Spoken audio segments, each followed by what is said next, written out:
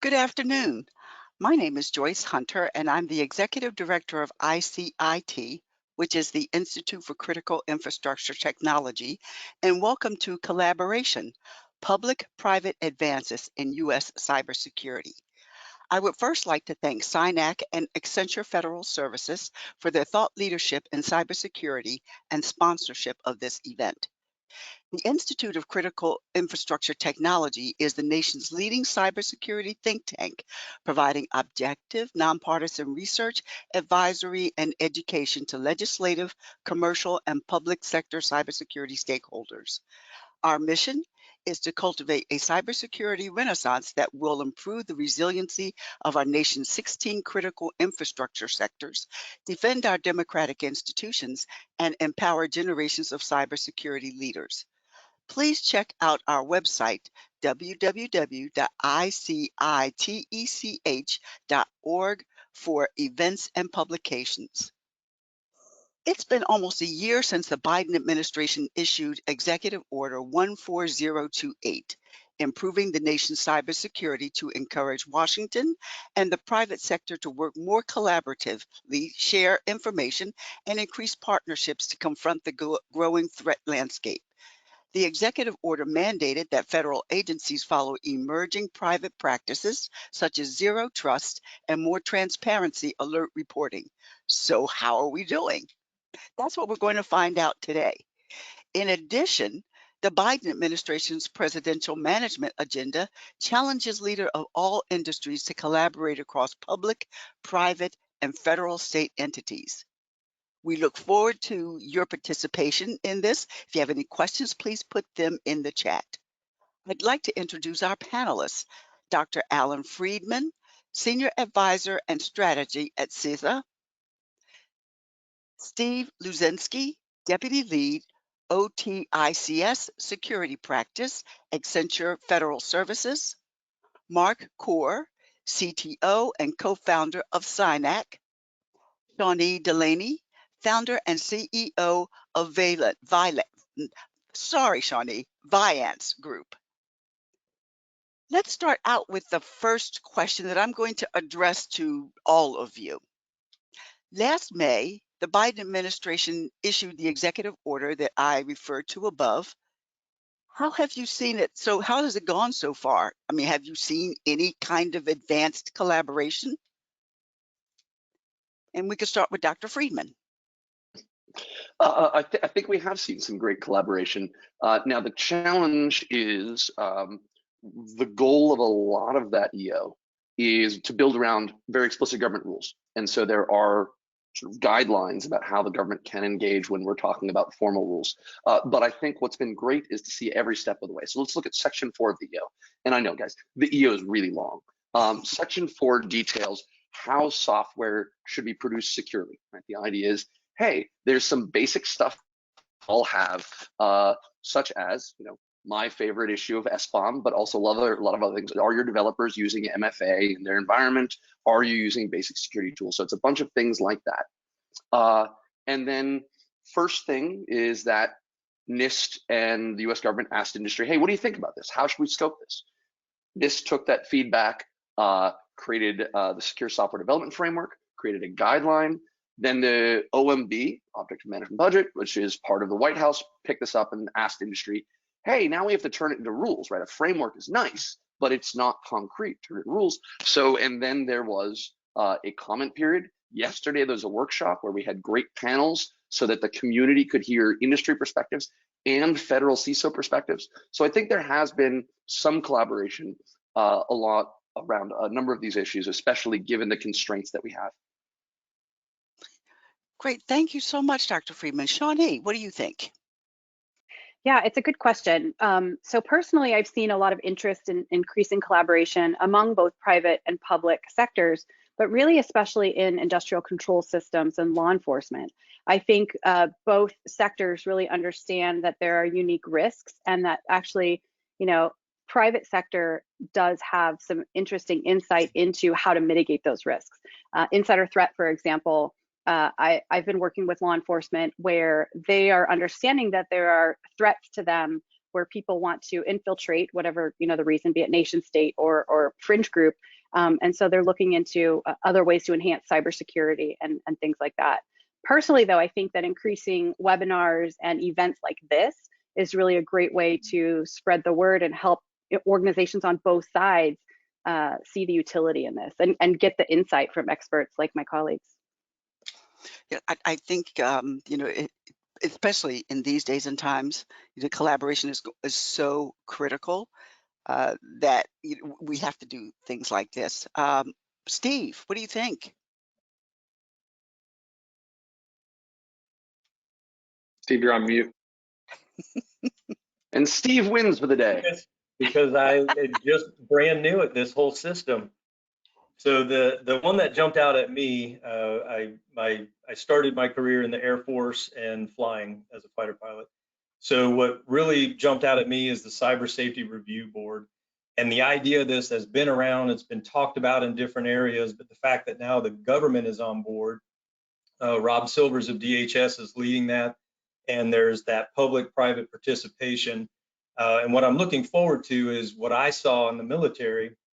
It's the NTSB model. If there's an aircraft accident, let's figure out exactly why it happened. Let's get to the root cause. And let's make sure we tell everybody else so they don't make the same mistakes. We did the same thing in the military. I saw it both as a pilot and leading an investigation board where we had to figure out what was the problem that caused the accident and quickly get operations back for that aircraft so things could go on. So now on the cybersecurity side, whether it's on the information technology or the operational technology, there's so many lessons. There are so many things that when you have an incident that rises to the level of a unified coordination group, where you have all the agencies focused on fixing this, and we've seen that there's a laundry list of those things, especially when it comes to critical infrastructure. So the more we can pull out of that, anonymize the information, pass the lessons learned, so it's not the smart folks on Twitter who do a great job and share it in other platforms, but let's formalize it, let's dig into it, and let's make sure folks are willing to participate. So the fact that that's going, and I look forward to see how that grows over the years. Dr. Kaur. Yeah, all good points from everybody. I think one example that I like to give is really quickly on CENAC's model and its adoption, by federal agencies. What we do is a little bit unique. We recognize there's a talent gap. There's not enough people out there to find these vulnerabilities. And if you look at this executive order, it's really encouraging the government to find talent where maybe they can't find it today inside the contractor workforce or inside the government workforce. And so what CENAC does is go out and recruit some of the best hackers in the world, and for government customers, U.S. citizens, folks that wouldn't be working for a large defense contractor, and we bring them onto our software platform and deploy them in very targeted penetration tests. But you can think of it as an expert community, a large community doing these penetration tests on critical infrastructure or on applications, whatever it may be.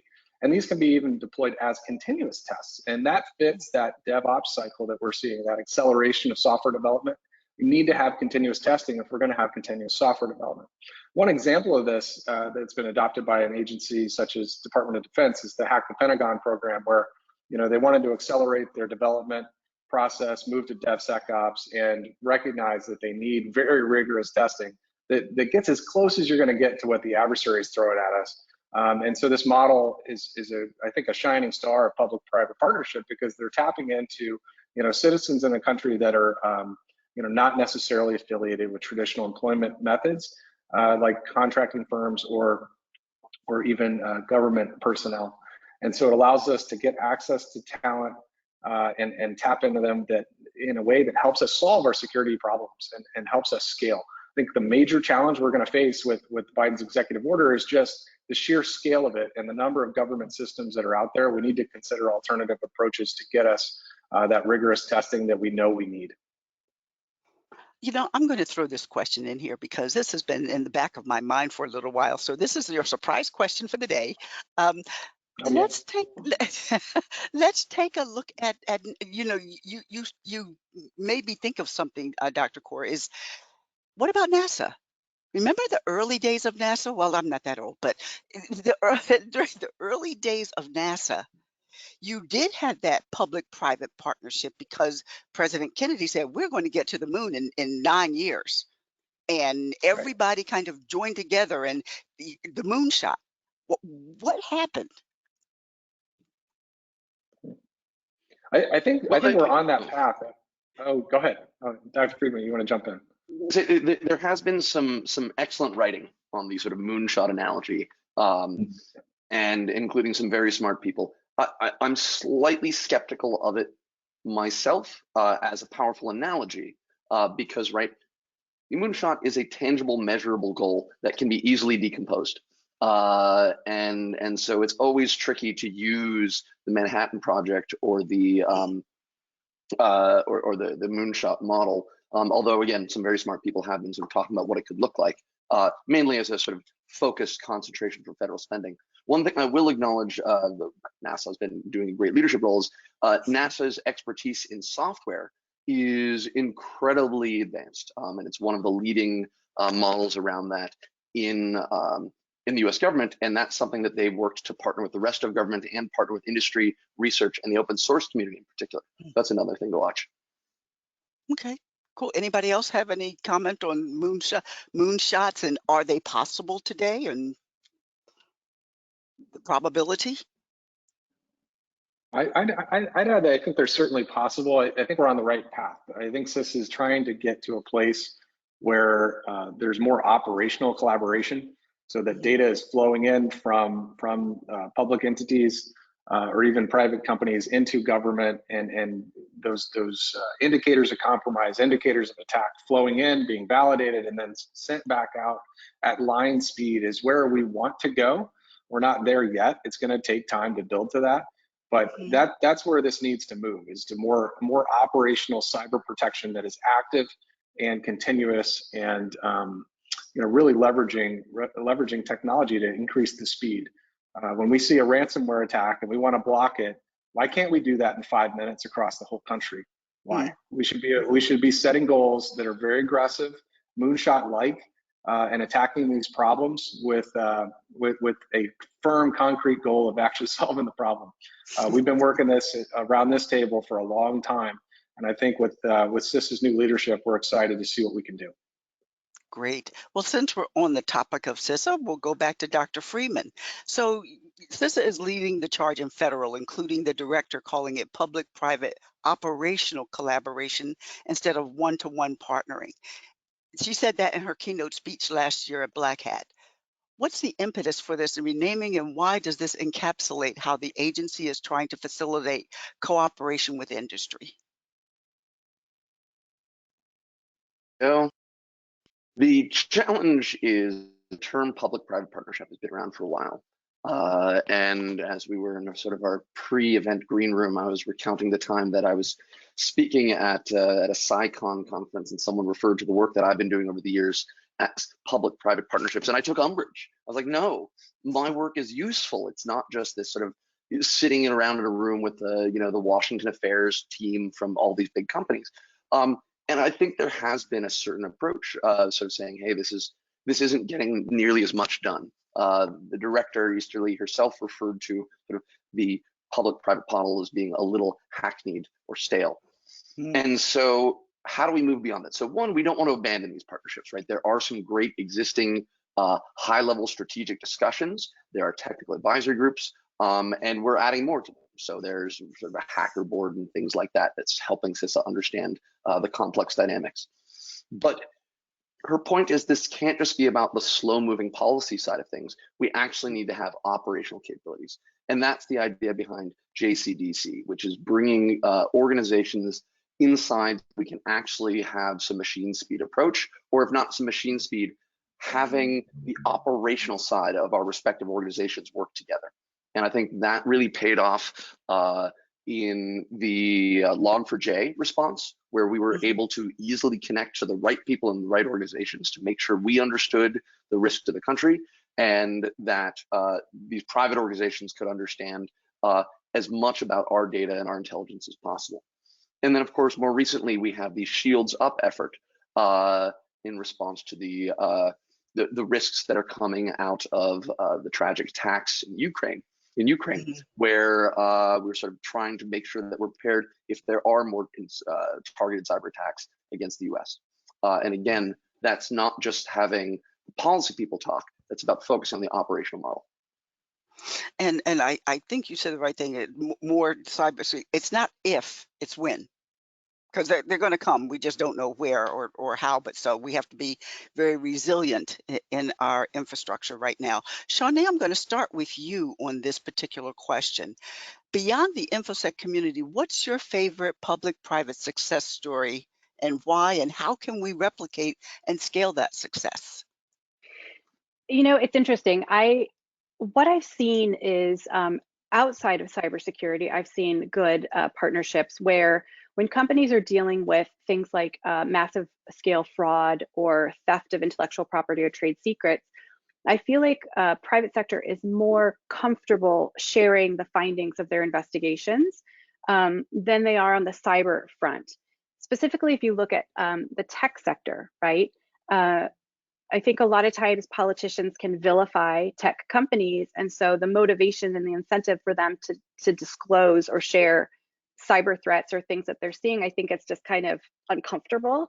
Having companies understand like the benefits up front, like if you're sharing this with the government, what is the results? What is the government going to do for you? How is it going to help me? Also with private sector, you're looking at concern about leaks and shareholders, right? The government doesn't have shareholders. They don't care about that. It's national security. So when talking about successes, like I said, companies are even getting more comfortable now working with federal law enforcement, for example, when they do have these incidents, because I think federal law enforcement has gotten better about publicizing X company shared this information. We went after the person. We're prosecuting the person. They were prosecuted. They went to jail for this amount of time. And so companies are seeing tangible results. They don't think that what they're sharing is going into a black hole. Okay, great. Steve, what do you think? What's your best example? The one that I really like is somewhat new. One of our partners, Dragos, is running the Neighborhood Keeper program. So communications between government and the ISACs with industry and the folks that are having these vulnerabilities come up, but anonymized passing back and forth interactions so that where they aren't more open and willing, like what Shawnee mentioned, they feel like they're better protected. They've got a neutral party in between. And just the fact that folks are willing to do that, again, this kind of goes back to that cyber safety review board that I mentioned, is to encourage that interaction, to encourage the openness, instead of hoping she knows a guy that works here and Ferris Bueller's cousin's friend's cousin that can help with this. A formal method to increase the speed, to increase the effectiveness of doing this. So I hope as that program grows, getting to watch it mature and the benefits that come out of that for everybody. So that's one that I really like seeing. Cool. And let's see, Dr. Kaur, any examples that you've seen? There's many. There's a couple major programs that are doing vulnerability disclosure programs. So letting researchers who see something, say something, report it without fear of being prosecuted. I think this is a great way to engage in that public-private partnership. And then, follow on to that, more advanced testing, leveraging, community of researchers to do targeted pen testing. Department of Energy is doing this all over the place in critical locations of their stack. And it's important to be able to find those vulnerabilities and recognize that it's okay to find them. It's okay. We're not expecting everybody to be perfect. We want to find all the issues ahead of the adversaries doing it. And so to do that, with our talent gap issues and not having enough staff to do all this work and scale to the number of resources that are online, we have to consider those alternative methods. So I think, agencies are adopting both VDP and crowdsourced or community-based penetration testing that's very targeted, are going to be more hardened than those that aren't against a third-party actor. We have to be okay to find these issues and incentivize the most aggressive level of testing possible, because we need to recognize that the adversary is nation state level, and they're very well resourced. And so it's important to be able to be as close as resourced as they are.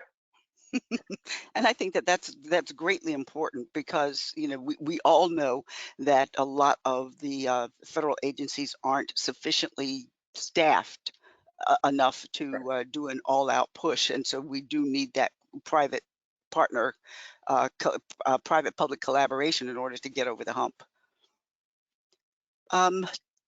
Dr. Friedman, you want to weigh in here? Well, gives me a chance to plug the partnership that I've been involved with over the last few years, which is around software bill of materials, an idea that has been around for a long time. It was not a new idea, but in order to really take hold, it needed to have a common base, a common understanding of what it looked like. We all use the same software, especially open source.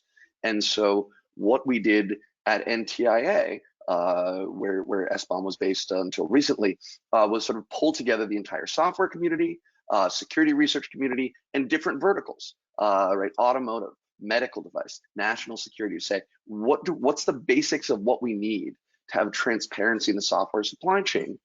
What's the minimum model look like? And how do we sort of do it at machine speed, tell the use cases? And so we were able to, where the government catalyzed, right? The government pulled people together, but the work was done by the community to define the what, the why, the how, and then industry has sort of taken the ball and run with it.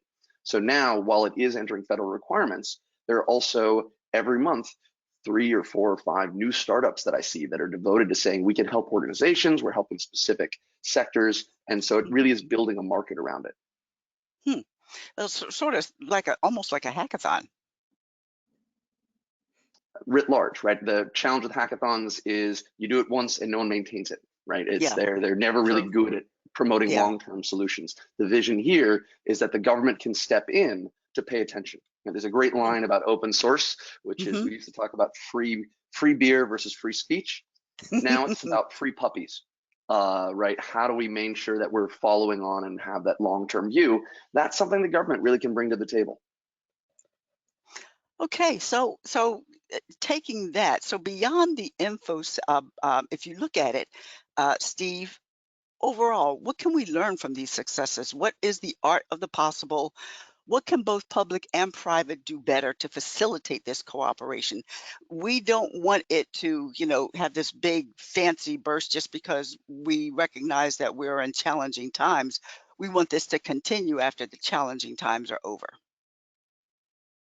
Yeah, education is what jumps out, and I'll use, it's the same example, but 2 perspectives to a little more explanation for that.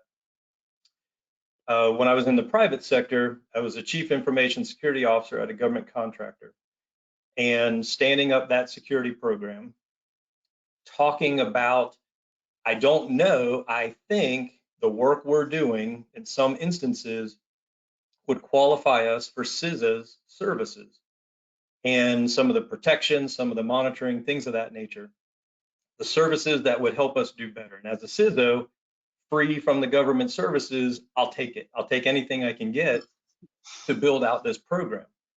But the problem was that the understanding from some other folks that I worked with was like, well, but if we compete for a contract, and what they thought was, and CISA knows where we're weak on cybersecurity, we're behind on patching, you name it, that could count against us.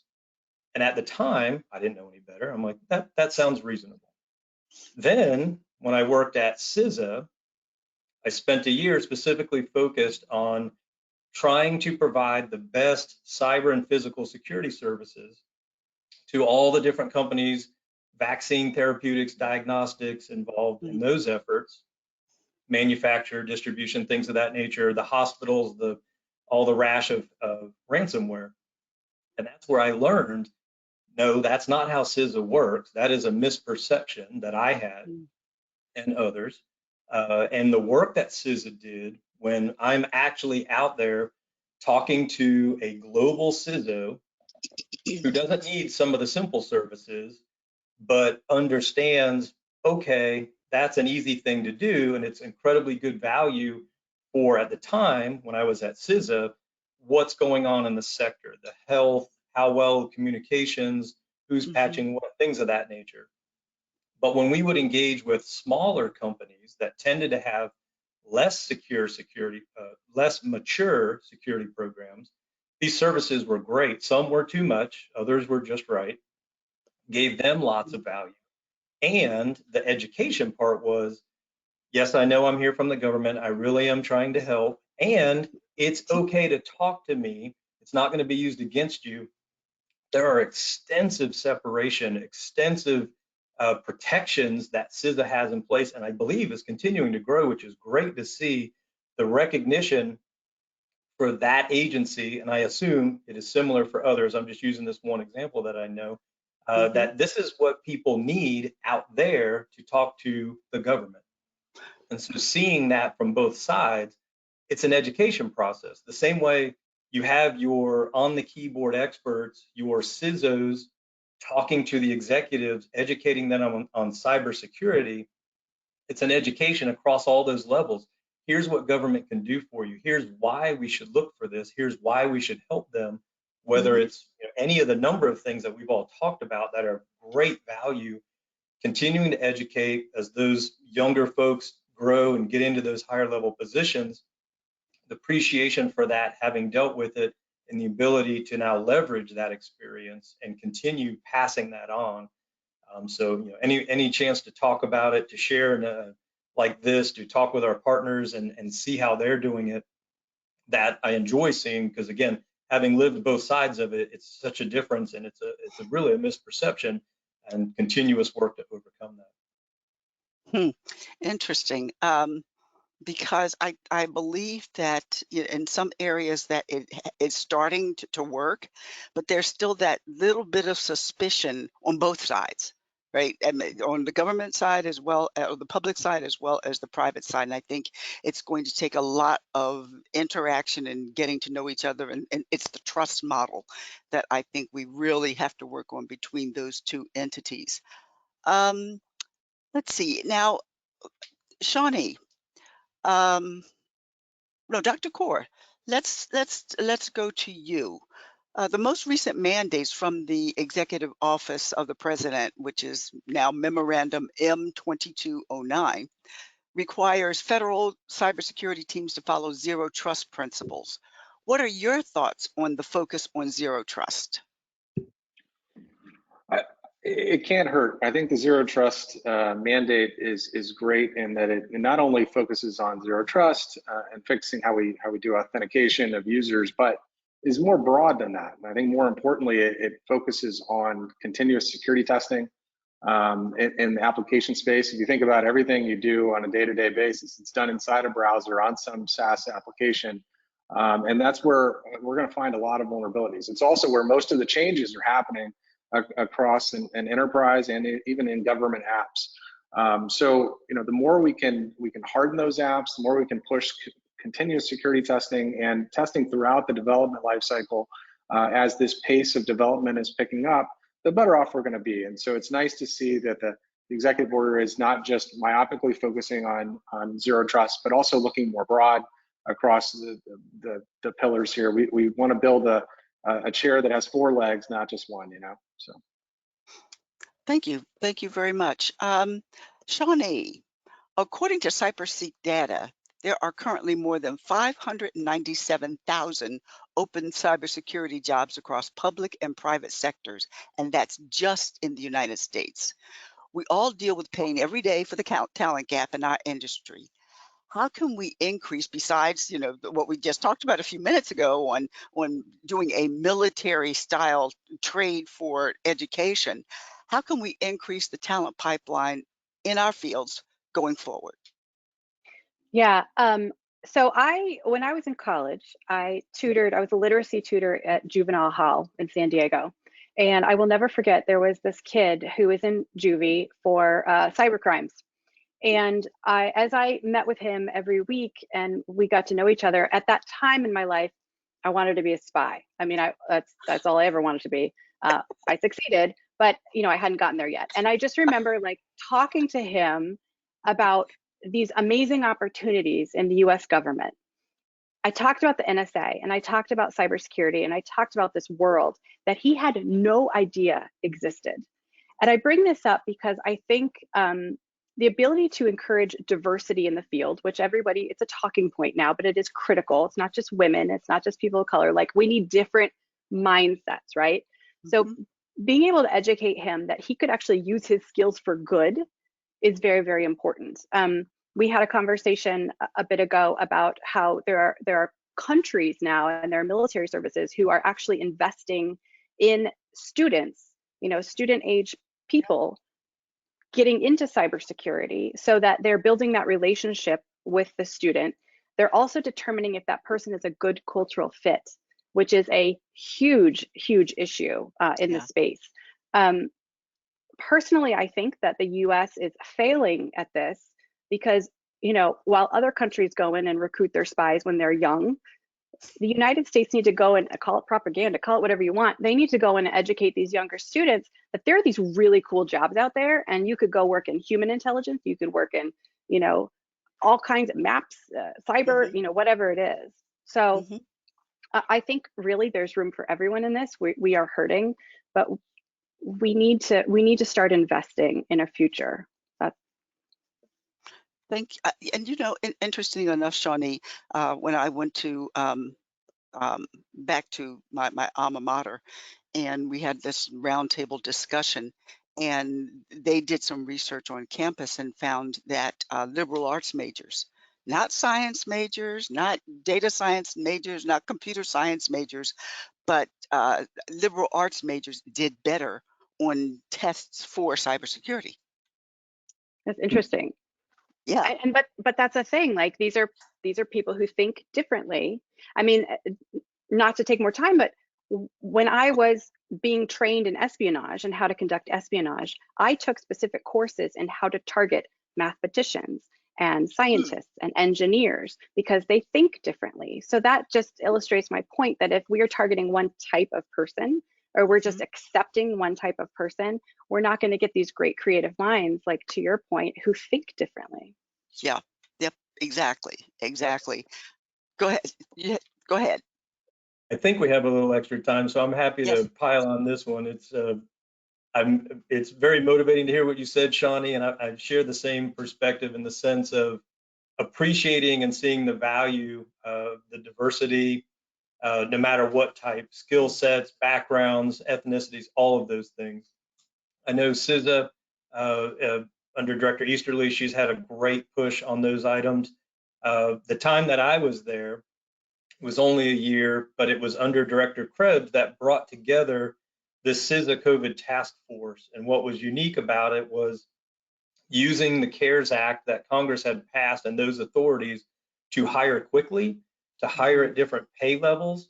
And what attracted me was the opportunity to work with other cybersecurity, I'm going to say experts as if I'm in that crowd, but really smart folks, much deeper knowledge, background, experience, also healthcare experts, infectious disease, data analytics, big data, all of those things with the government experts in this group, very much focused on this national problem. And so you see that creativity of whether it's something like what Mark talked about with SINAC, bringing the security researcher, aka hackers, into this. I do a lot of things on my own in my private time, helping to connect government, industry, and hackers. So whether it's hiring, Defense Digital does a great job with this, bringing folks in for temporary 1 to 2 year assignments. That's what I did in a different way at CISA. But any of those things that get people to see the government's not bad, you can do really good things.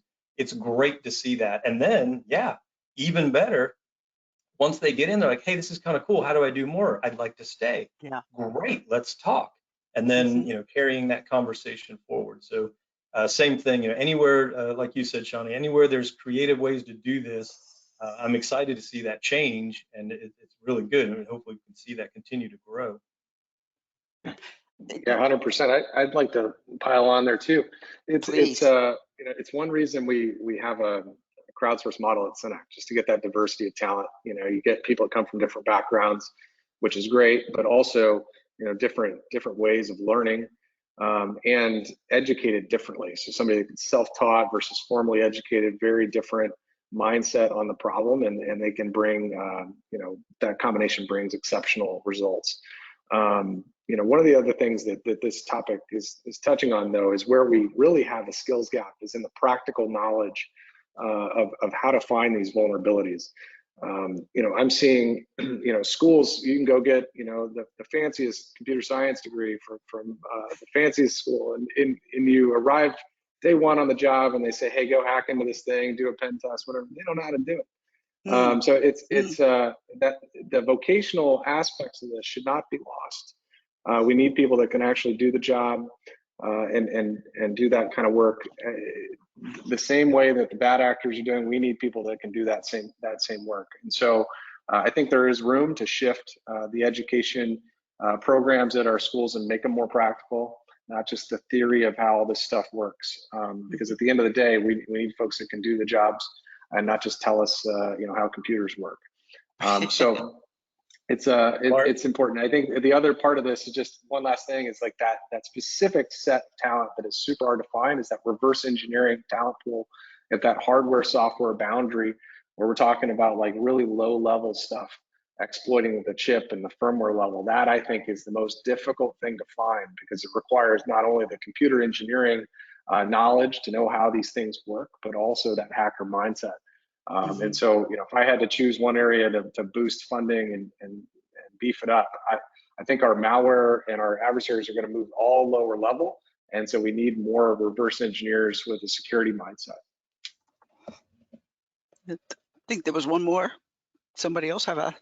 Mark, your analogy, it resonates with me. I went to school, got an aerospace engineering degree. When I went to pilot training, nobody cared. Can you fly the airplane? Can you actually use the formulas you learned? So I totally agree with what you're saying. So same thing happened to me at NSA. They were like, nice degree, but here's some training. Well, and so if everyone agrees, then we're doing a disservice to the audience. So I'll put a slightly different perspective on the table, which is I don't know of any skilled field where you go from education to being useful on your first day in the job. So I'm not a lawyer, but every single person I've met is useless to their law firm when they leave law school. And that's a 3-year explicit focus on law. And guess what? You're still going to spend 3 years just reading documents because that's all you know how to do. And so expecting it is quite tricky, and it's also dangerous. So someone who went to 5 years ago, there were very few programs in software assurance, but someone who got top marks from that program would be fundamentally useless for Mark's startup or Shawnee's startup because they didn't learn about cloud native computing. And they're certainly not trained on the skills to use the tools to move everything to an automated model, which is where we know we need. So I want to be careful about baking in approaches. And by the way, we don't have a good solution to this, but I want to sort of be careful about sort of emphasizing the pure practical side because what's practical is going to change. Now, one of the programs that me being a former Fed was the Pathways program, and I'm not sure whether any or all of you know about it, but it's a program where a high school student can come in to agriculture or commerce or any of the other departments, and it's a summer program. So they come, and that's a way of getting them into the federal government space and getting them to do some different things.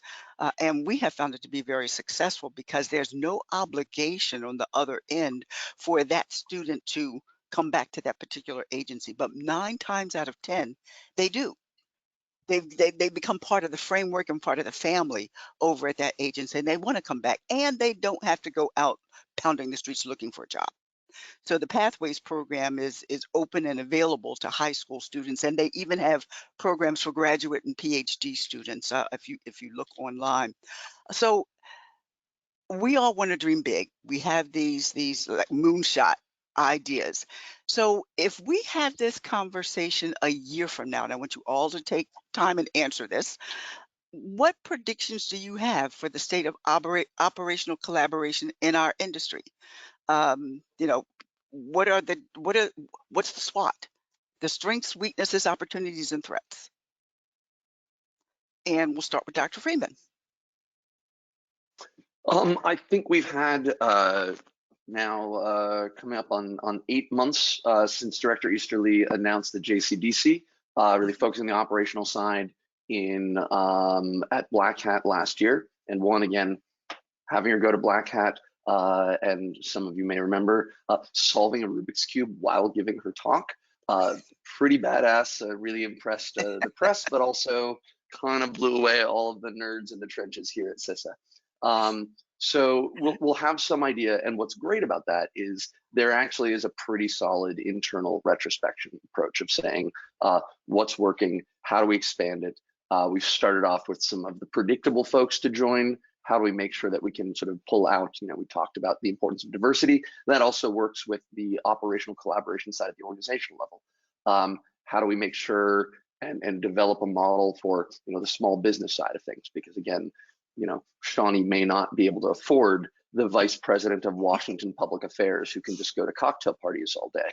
So how do we make sure that we're actually setting things up for that kind of collaboration? And then the last step that's been highlighted by the Log4j and the White House's priority of open source is making sure that we can engage in that side of things, right? Not all of the points that we need to talk to follow the traditional model of companies. Okay. Shawnee, he called your name in his last statement, so I'll go to you. Personally, I really love the consortium style groups like OSAC or InfraGard, right? So you have professionals from both sides of the equation. They're in a trusted environment. If there's a kind of structured forums, there's training. I give training to InfraGard, for example. And so you get that good collaboration and you have that safe space, if you will. I think that what's really important to understand is this is a crawl, walk, run. This isn't going to happen overnight, and we have to build it brick by brick. But we are all human. These organizations are staffed by humans, so we have to build relationships between our humans, right? I think another thing, and kind of to my earlier point, is helping private, being a former Fed as well, helping private sector understand that all of this is in the best interest of U.S. national security. You can contribute to helping your country.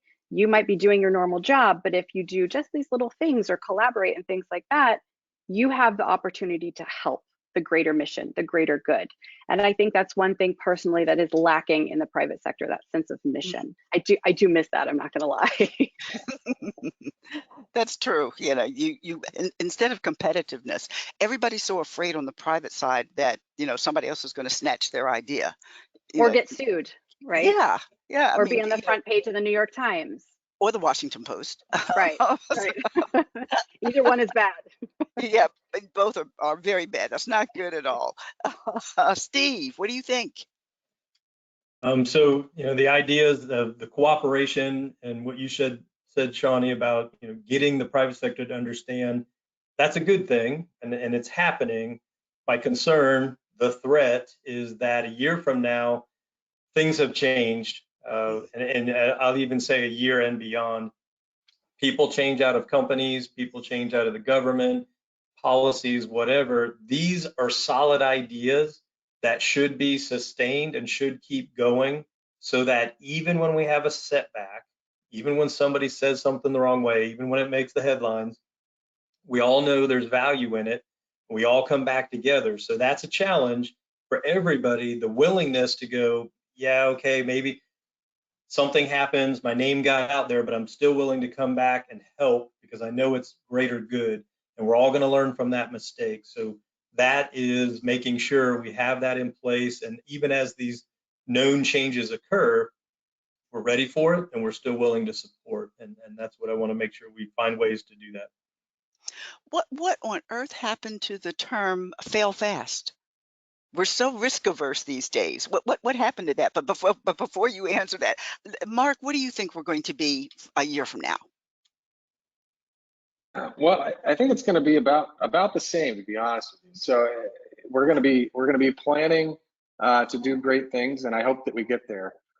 We all have a lot of grand ideas. I think the Einstein program is a good example of that. I think in theory it's all very good, you could streamline the dissemination of IOCs and IOAs out there and automatically protect organizations, this is where we need to go.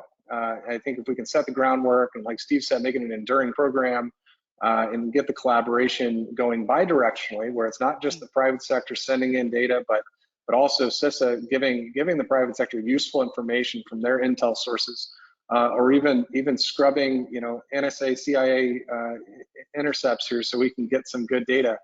I think that would be super helpful. There has to be some meaningful and useful dissemination of information. It has to be in an automated way. And if we can realize that vision and actually work together as a team, we can make things better. As Shani said, there's people in all these organizations, and it's important that we do build those relationships. And these people that are setting these up must have a long-term view that we have to actually solve these problems, not just talk about them. I think we're all getting a little more gray hair every year as we continue to talk about them, and I want to see it resolved. We do have the power to do this. This is not like landing a spaceship on Pluto or something. Right? This is stuff we know how to do, and we know what would help, and even the basics. If a 16-year-old can own Okta with some simple ransomware, then we can certainly sort out how to do this well. It goes back to being in kindergarten, right? Playing in the sandbox, nice together, sharing your crayons, things like that we have, for some reason, have fallen out of line on, and hopefully we can get back there pretty quickly. But I do want to go back to the question, since we do have the time. I do want to go back to the question of so what happened? We were doing fine. We were talking about failing fast, getting these projects agile. What happened? Shawnee? I don't know. I might be a pessimist, but were we doing fine? Like, when were we doing well? Yeah, I'm with her. When was the golden age of this collaboration that we should hark back to? Probably, I would say back late 90s, early 2000, when we were talking about doing these projects and failing fast, and going ahead and making those mistakes and knowing what we were going to do and not kicking ourselves, but continuing to move on, continuous improvement. And did we? That's my question. Did we? Did we really? I mean, so I'm with you in that if all of your projects are moving forward and none are taking off and none are failing, you're doing it wrong, right? And I'll allow the entrepreneurs here to sort of be more explicit about that side of things. And so I think there is organizations like ICIT can actually play a role of highlighting that, right? Rather than just having these events say, hey, listen, this didn't work out, but that's okay. And publicly defending things that don't work out. If you don't do that, then we can't do anything, right? Government can't drive that because we have our own incentives. That's on you. Okay. Anybody else? Catherine, do we have any questions from the audience? We do. We have a pile of really good questions, but I'm going to start with one that seems like it's a logical extension of our last couple of comments, and that is from Joseph. What are the biggest hurdles hindering public-private collaboration?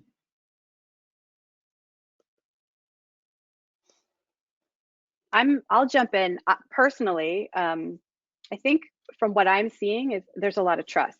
A lack of trust, sorry. Maybe going both ways, but from the private sector, looking to public, like the earlier points I think Steve was talking about, you don't know, like if the government's involved, I used to work for ICIT, and it was very common, just like he said, we're from the government, we're here to help. Now ICIT had good success because we were helping people patch vulnerabilities and find vulnerabilities, but we had a tangible act. People knew what we were going to do. I think building that trust is super important, and yeah, like I said earlier, I think that's just going to take time.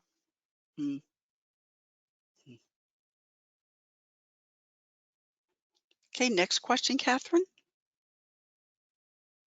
Absolutely. So our next question comes from Michael. Your group and the Solarium Commission both advocate greater public-private partnership. What are the exact steps for a tech startup in Austin to engage federal agencies? So I get a couple notes from startups every day. And right, the challenge is, what are they looking for and what are we trying to get out of things? So one is, it's a big government, and so I'm only working on one part of it. So the part of the challenge is, right, hey, they just see, government, they saw me give a talk at Black Hat or something, so they're like, all right, we'll reach out to Alan. I can't help that. So that's one of the challenges that we have. Also, going back to the last question, is saying, hey, it's not efficient for a random technocrat to know everything that's happening in the entire US government. So we need some models around that. And the other challenge is, right, there are organizations. So here, it says that we've worked hard to build out our stakeholder engagement community, but at the same time, they're not the technical folks. And so that's one of the challenges there. So the second is sort of having something clear. So probably a third of the folks who reach out to me want biz dev. Hey, guess what? That's part of the reason why government is often not trusting the private sector, is because once I speak at an event, I'm going to sort of get nonstop emails of, hey, we see that you're the government. We'd love some of the great federal contracts. So that's sort of how something else structural that needs to change. And the last thing is, on the government side, having that clear path to say, hey, this is what we're doing. This is how you can help. And these are the expectations. We love your engagement, we love your perspective, but we have to take your perspective and map it to all the other perspectives. So you're not going to be able to drive this unilaterally. And so I think those three perspectives of having everyone have those expectations are going to be really important. Great. That's a great answer, Dr. Friedman. I know when I was in the federal government, the same thing. You go give a speech, and everybody's ringing your doorbell, or your phone, and saying, I'm so and so, and I want to do business with the Department of Agriculture. Yeah. What do you what do you want to do with the Department of Agriculture? So you're absolutely right. That people who want to do that you absolutely have to do your research, know everything you can possibly know about the agency, so you can target where you want to go, what you want to do, how you want to do it, and why should they care. Okay, Catherine, next question. This is a follow-up to the question we just had. How can contractors to the government assist their clients in developing collaboration efforts? Additionally, what security concepts do you believe are the most critical to prioritize when assisting federal clients?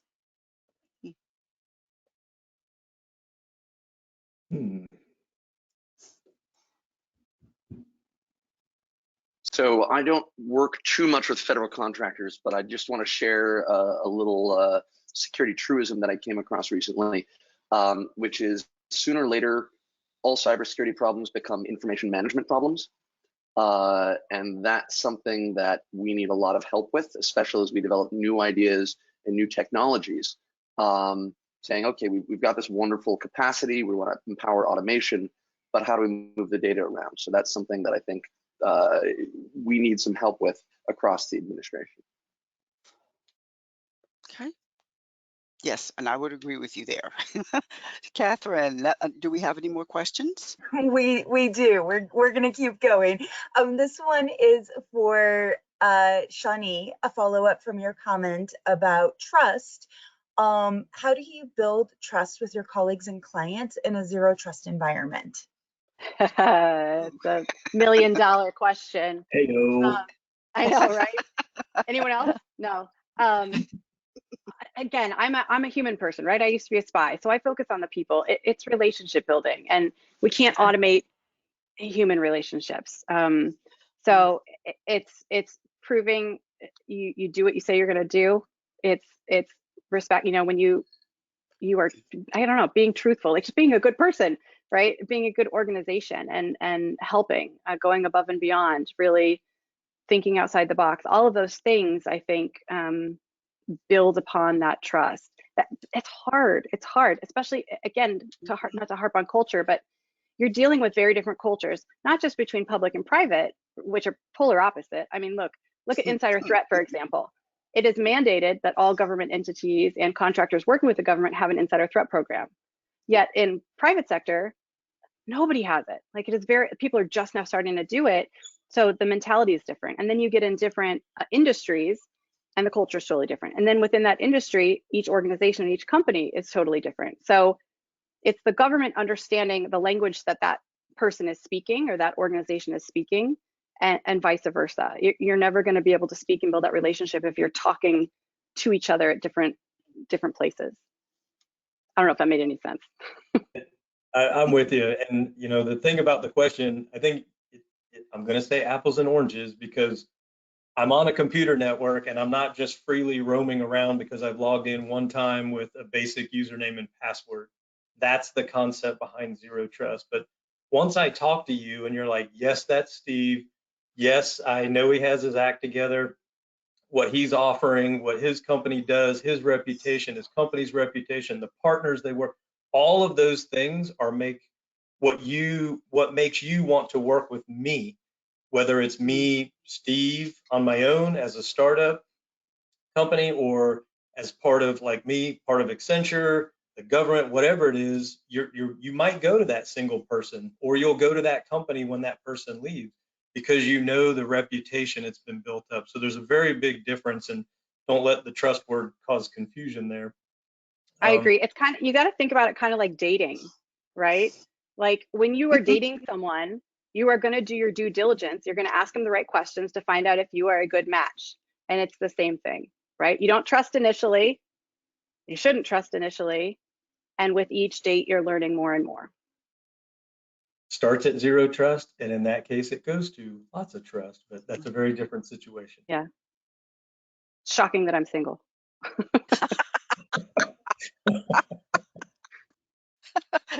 Just haven't got zero trust yet. That's okay. Before we get ourselves into trouble, Catherine, is there one more question? Yes, last question. How do you solve the disconnect between the tactical side and the strategic side regarding a sense of urgency? Ooh. I will gladly jump on that grenade. I had to translate from the technical folks on the keyboard at Cyber Command to the generals and the high-level policy folks. It's not easy.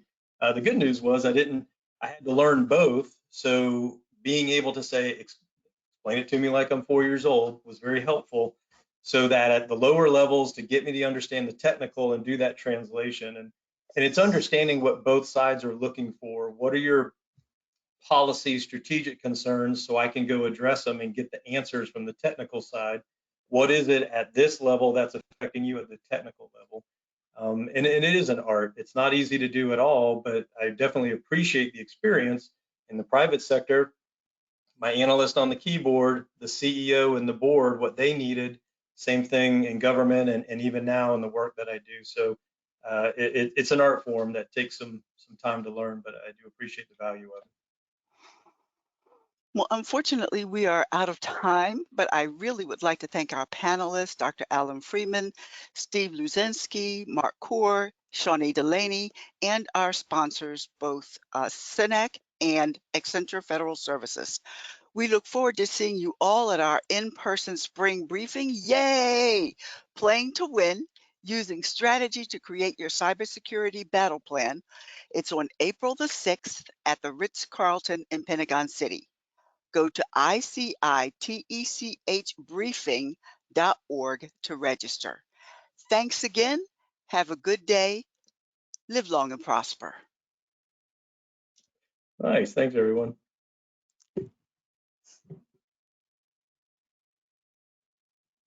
Thanks, you guys.